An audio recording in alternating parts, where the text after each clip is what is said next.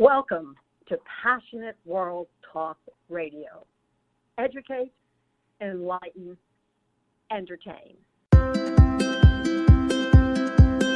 Welcome to the Energy Stoners Cafe. My name is Toni Quest, and I'm really happy that you're here.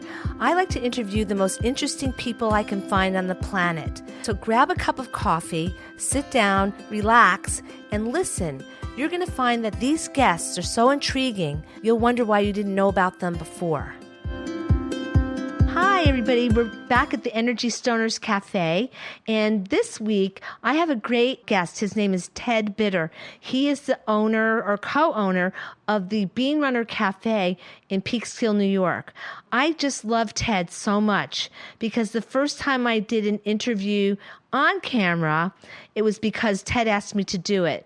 He's the best. He asked me to interview 3 people I didn't even know, and I just stepped up to the plate, and he was just so generous of spirit and giving me the opportunity to do this. So tonight, we're going to interview Ted about his experiences during the current pandemic crisis, global crisis that we have, and how it's affected his business. Ted, welcome to the show. Thank you so much. Thank you very much for having me. It's an honor. No, it's the honor is mine for sure, because you know I love you guys. I really do. I have my loyalties. I want to ask you how the pandemic has affected your business, because the BeanRunner, it's the spot for a lot of things, not just cafe food, but for jazz, live music. So how has the COVID crisis affected your business? Well, the COVID crisis has had a devastating impact on the business. Revenue-wise, my revenue dropped, I would say, maybe 50%. Wow. So it's been devastating from a standpoint of revenue, maybe 50% or more. I'm lucky to be open. And you are open from what I know, because I know that you actually set up an outside area in front of the cafe. You had an outside area in the back, I know. But then you set up a really lovely venue in the front, very appealing. Now, who did that? Was that your idea, or was it just like an instinct? Actually, no. There's a group in Peekskill called Peekskill Walks. And they were instrumental in working towards that. It's headed up by a gentleman named Connor Green. It's his name. With a couple of other gentlemen, had the idea to do more walking space in Peekskill. And they did a lot of work, architectural work and otherwise, to make Esther Street a park rather than a street.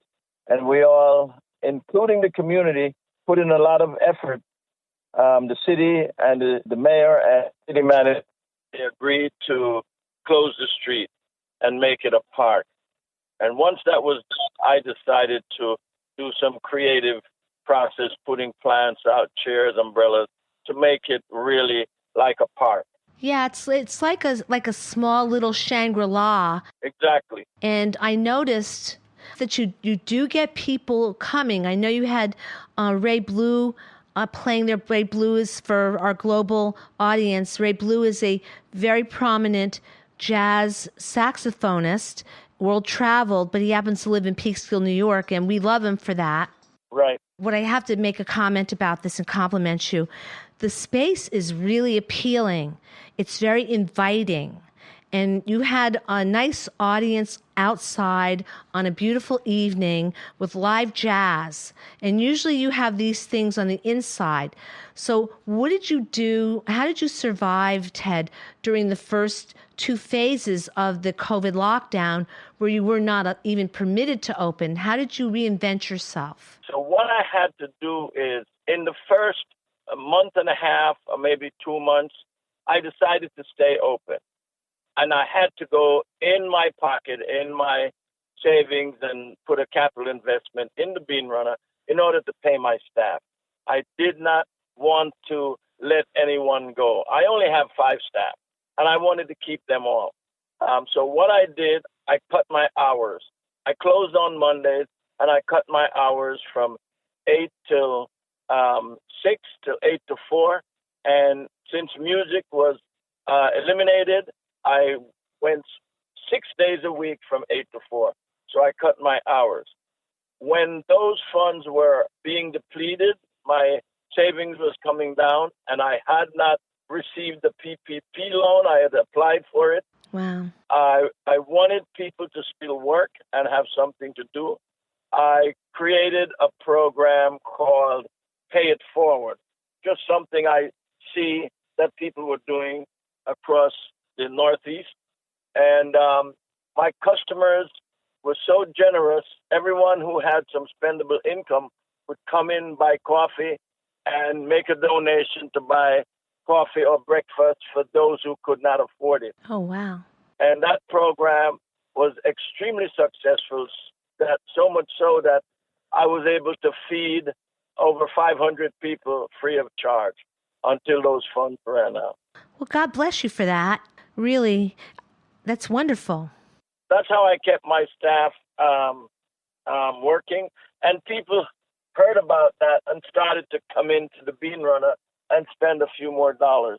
So we were able to stay open doing that. And the second thing that was helpful is that Drew, as you know, is a cancer survivor. Yes.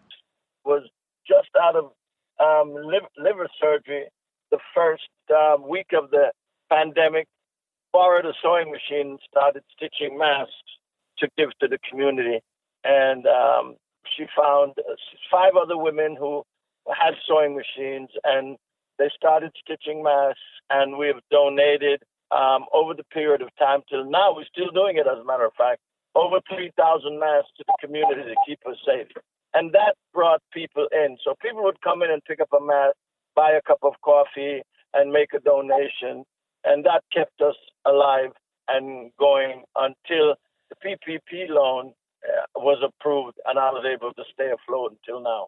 Well, I'm glad you got the loan. I wondered about that because I know some people got locked out of that loan.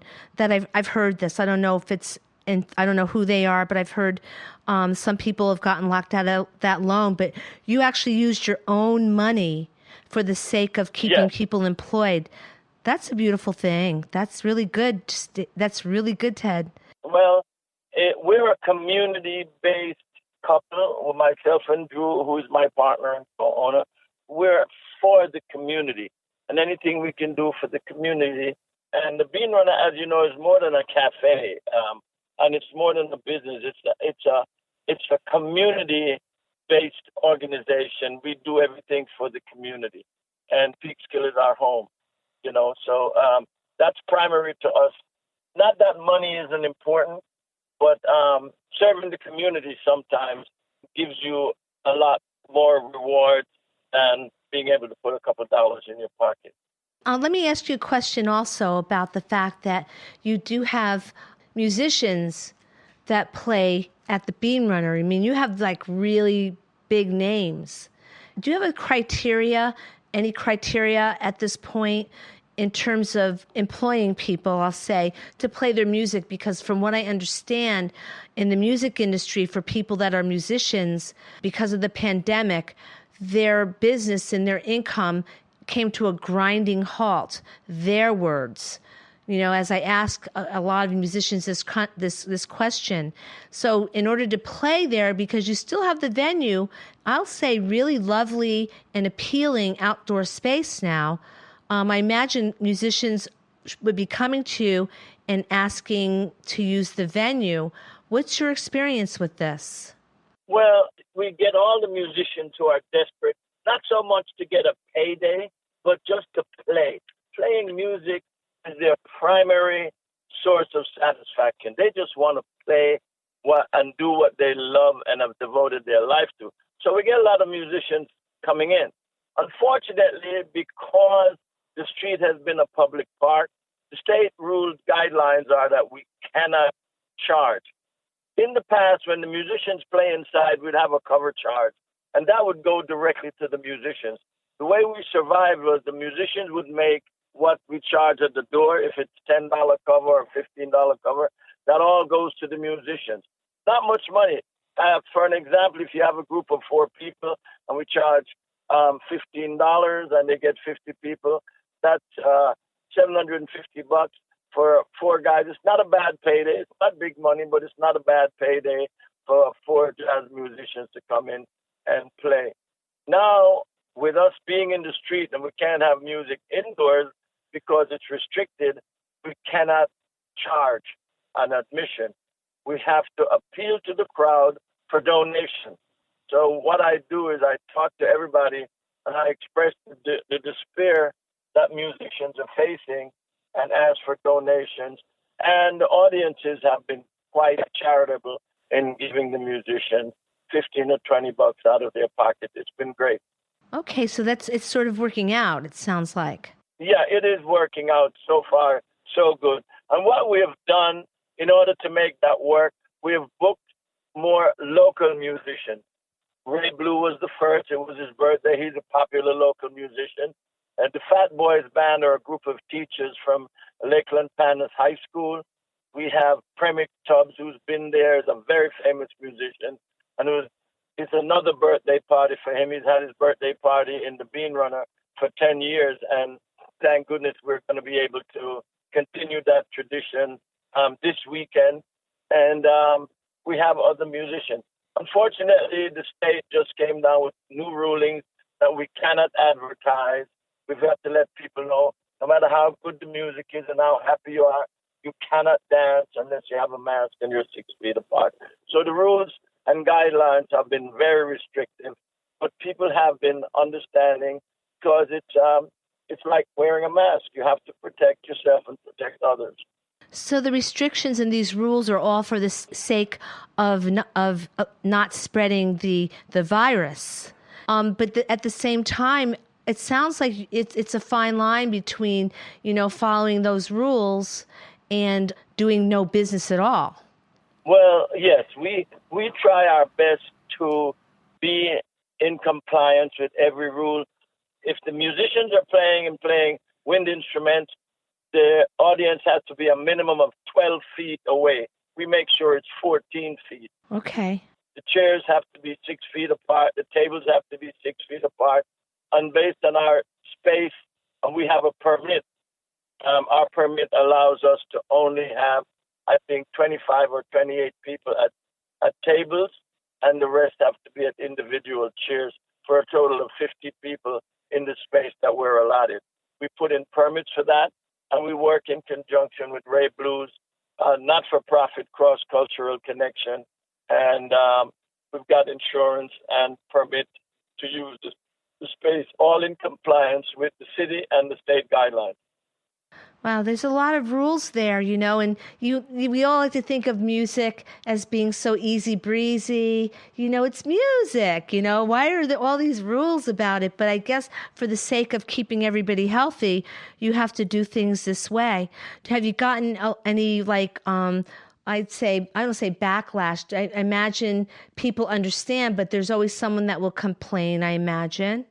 Well, we've had our share of that, but it's basically people who are ill-informed and haven't spoken to us and asked us some of the questions you're asking, so that we could give them the information and so they'll understand how difficult it is, and we're trying our best to comply with all the rules. But that's par for the course. So you also have curbside pickup, and I've taken advantage of that a couple of times. Yeah, because I love the peanut butter blast smoothie with almond milk. That's my drink, and you can order it. So tell the audience how you can actually do curbside pickup, because I know that all of the restaurants that I know of in this area are doing curbside pickup, and some of them are doing well with it. Well, we always had a sizable amount of takeout orders even before COVID. Mm-hmm. So the curbside pickup has worked quite well, and people come in, and because we have a large space, and what we did initially, we told people, you don't even have to pick up at the curbside. You can come in and sit on the patio. The patio in the back was spaced according to guidelines, so they could sit on the patio and wait for their order. We'll give them a call, and they come up and pick it up. So we've followed all the rules and guidelines, And the city gave a parking spot across the street, 15 minutes free parking for curbside pickup. So that has worked quite well. Thank goodness for that. So, what are your plans? I want to ask the merchants this, but I have a funny feeling it's a question nobody wants to get asked. What do you do when the weather gets cold? What are your plans for when the weather changes? We're in the Northeast, probably highly likely that the temperature is going to start to drop in October, where maybe sitting outside won't be an option. So have you planned anything for that? The patio, although it's outdoors, it's small and it's surrounded by two buildings on either side and my building on the other side. It's got 3 walls around it. There is a company that rents these heating things that can heat a sizable area. And I'm thinking of leasing 2 or 3 of those. I'm not sure of the name of them for outdoor eating in the winter when there's no snow, just the temperature drops. And if New York maintains its low positive and death toll, they may change a little bit. I can still see 25 people inside safely and within the guidelines because inside is relatively large. So I can see at least 25 people. I will have difficulty with music if they allow us to have music indoors. If I have music indoors, I will limit the musicians, and I've told them, if you have 50 people as a hypothetical number, you will have to do 2 shows of 25, and then those 25 people will leave, and you have a second show of an additional 25 people. It'll be a small audience, but it'll be an audience, and it'll still give you an opportunity to play and get paid. I like the idea of the heaters, because I know there's a restaurant on Main Street that did that. I watched them. I think Birdsall House does that. Yeah. Yeah, they do that. I mean, deep into the winter they do that, and people are sitting out there, and I'm thinking it must be pretty warm. But I've sat under those things. I think there's something overhead and something underneath. I've sat under those things, and they work. They do work, right? And so these are the things I'm considering. But I have a larger inside than quite a few of the restaurants. I'm larger than Birdsall and some of the restaurants. So I will have to continue with the same process, paying my staff and doing the best I can with short hours. Wow, it sounds so cumbersome. Well, we're in a pandemic, and to be honest with you, I am so grateful that we've been able to survive. Several restaurants that we know have closed. Yeah. And everybody's healthy. I want to ask you, how is the health of your staff, your family? Are those a concern that you're working out in the public and then going home to your family after being in the public? Well, we take all precautions. Everybody wears a mask. We have lots and lots of hand sanitizer. We sanitize all the furniture. After someone eats, we go right behind and we sanitize the table. And we have been very fortunate. We have had no cases among any of our staff. I'm not sure about our clients, but I know we have had no. We're all negative. All the staff has been negative. Oh, I love to hear that. That's very, very good news. So basically, when winter comes, you're just going to get more apparatus, to actually make it comfortable for people to come and eat outside and or inside. Yeah, right.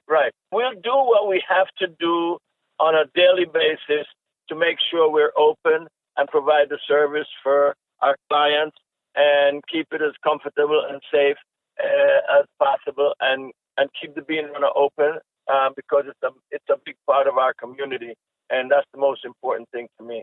So the main thing I'm thinking about right now is that, you're a jazz place. You're like a jazz hub in Westchester County, and you're a destination. I know people that come from down county, the Sound Shore section of Westchester, and also I know people who have come from upstate New York to actually go to the BeanRunner to listen to live jazz. So it sounds like you're intent on providing live jazz.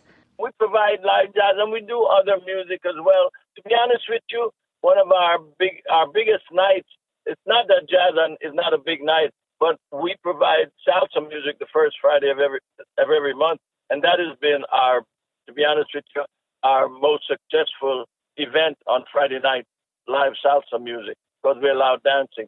That's going to be one of the biggest things to deal with, because we have a large following of Latino folks from the Bronx, from Connecticut, who come in to hear the band. We have had Grammy winners come in, and with no dancing, it's going to be a challenge. So aside from the jazz, we do other music, but jazz has been the mainstay for us in the BeanRunner. So you're saying that dancing in your restaurant is not permitted because of COVID? Exactly. Wow. Exactly. So it's going to be tough. So we keep our fingers crossed and just hope for the best and see where the virus goes and how New York handles it and how we go as a country. And that's prime for us, how we survive. Do you ever collaborate during this time, I'm wondering, with other merchants and other restaurants, or what's the protocol? I always wonder about that because there's so much competition anyway, but during this time, it's like you kind of have to come together at the same time. You got to take care of you. Well, I do come together with some restaurants. I come together with Kathleen's Tea Room. I do come together with the Pizza Coffee House. We order soups from the same manufacturer. I sell a lot more, so she doesn't sell enough to meet the requirements, so I order for her. So we do collaborate. So what happens is the competition, I don't get into it because I don't like the idea of if everybody closes, only one restaurant is left standing on a pile of ashes.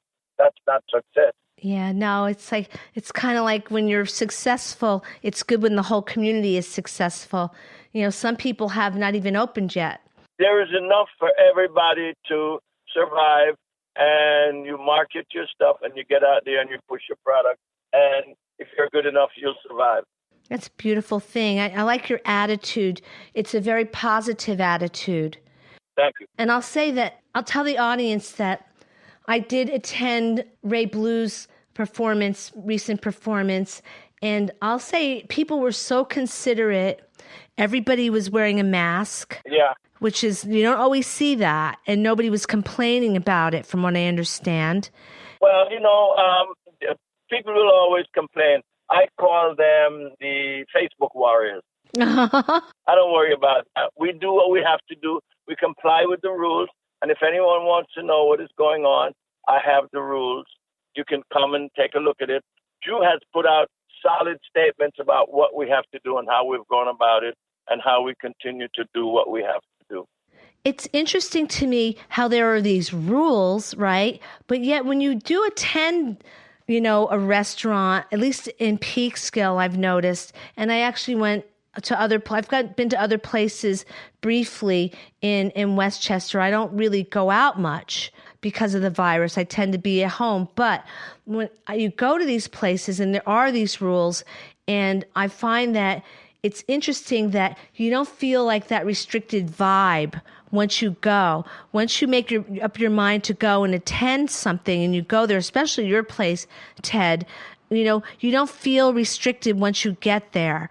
And somehow, I don't know how you do it, somehow you make it very relaxed, very inviting, and very engaging. I don't know if it's something that comes natural. I mean, do you have like a routine that you're following? Because I was wondering when I was there, like, how did you pull this off? And everybody's just very chilled out. It's very chilled out, relaxed, happy. I don't know if it was because when I went, it was a beautiful night, but I think that it's a wonderful thing that you're able to reinvent yourself like this and still come out being you. Well, we work hard at that. I am the sound guy. I bring out the sound. I bring out the sound equipment. And I work at everything. And it's important to create a particular environment. And I've been doing it for 12 years, so it's like secondhand now. Yeah, it's been 12 years. That's a while. That's some time. Yeah. I'll share with you, Ted, that I remember I was teaching a class across the street at the school across the street. And the classroom was way up high in the building. And I remember when you were building the place and there were all these workers out there, and the little students, they weren't so little, they were like tween girls, like 12-year-old girls, 11-year-old, 10, 11, and they look out the window and they watch with fascination, everything that was going on. And so did I. And I said, oh, something's new's going on over there. And I would say to them, I'd say, of course, if it's legal for you to go there and patronize, you should go and patronize. I would tell them that. I did not even know what it was going to be, but I remember watching it go up every day, and it has been 12 years. So what's next for you? I mean, it sounds like, you have a plan in place, it sounds like. So what do you envision? Like, what are you aspiring for, given the circumstances, and given the fact that you're an established business? To be honest with you, at this point in time, it's just to stay open until the pandemic is over and look at things at that point. I have no great plans to make any changes. It's just to get through what's happening on a day-to-day basis. Mm-hmm. Once we get to that point and things are, we're over the vaccine and we're into next year, I just need to get through this year and get through the pandemic, and we'll be fine. Let me ask you a quick question, because I know I'm going to tell the audience that you're a track coach, correct? Yes, right. That's where I am right now. So let me just ask you, I want to hear a little bit about that and COVID. How's that working out? You're on your way to track practice right now, Coach. What I've done is I have 30 kids, and I've split the kids up. The boys are Monday, Wednesday and Friday, and the girls are Tuesday, Thursday, and Saturday. I minimize them. I keep them at a safe and distance based on the rules. And a lot of the kids can't come to practice because the parents don't want them out. So I have sent programs out to the parents. So the parents, we're coaching online. I believe in online instruction. So I coach online, and the kids are doing well, because we have probably one of the best youth track clubs in all of the country. Oh, wow. We've had 20 full track scholarships in the last 10 years. This year I have 2, and from colleges all over the country. So that's what I'm most proud of. You should be, yeah. I got kids in Harvard, Dartmouth, Binghamton. This year it's LIU and Albany. So they're all over, and they're all Peekskill. Well, they're not only from Peekskill, but this year's 2 are from Peekskill. What's the name of your team? The Westchester Striders. The Westchester Striders, coached by Coach Ted Bitter. That's excellent. Yeah, well, I wish them all the best. What are the plans? What are the, I don't know, plans, but what do you anticipate in terms of their competitive endeavor?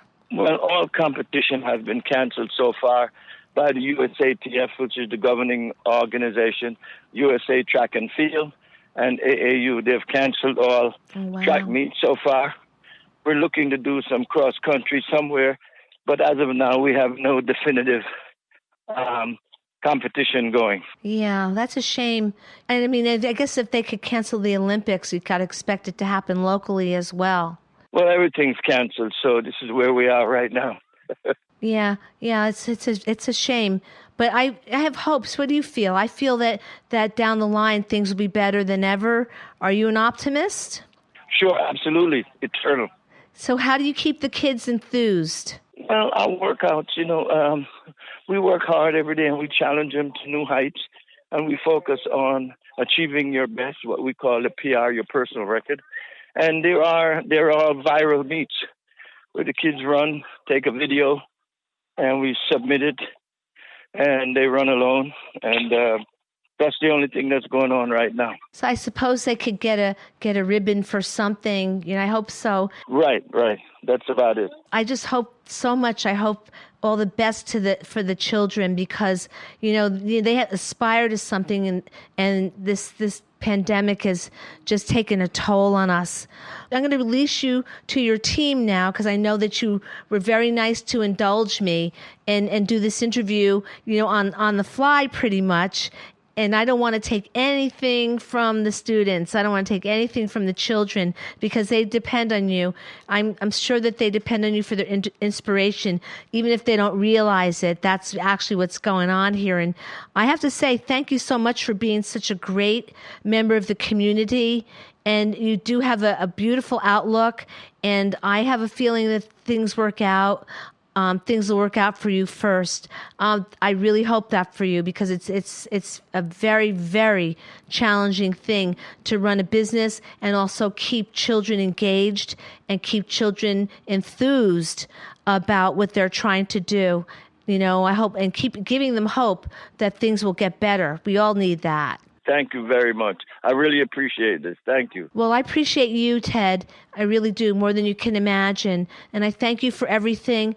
Thank you for coming on the show. And we'll do a follow-up. Okay, great. I always feel optimistic when I talk to you, Oh, thank There's you. something about you. You're very focused, serious guy. You're a serious guy, but you're very, very focused, and I appreciate you. Thank you very much. You're very, very welcome. So I'm going to say goodnight to you, and I'm going to say goodnight to my audience. And I'll say to my audience, thanks again for visiting the Energy Stoners Cafe as I interview the owner of the BeanRunner Cafe. And I wish everybody the best. Stay safe, be nice, and this too shall pass. Bye. Thank you for listening to the Energy Stoners Cafe. Thank you for listening to Passionate World Talk Radio.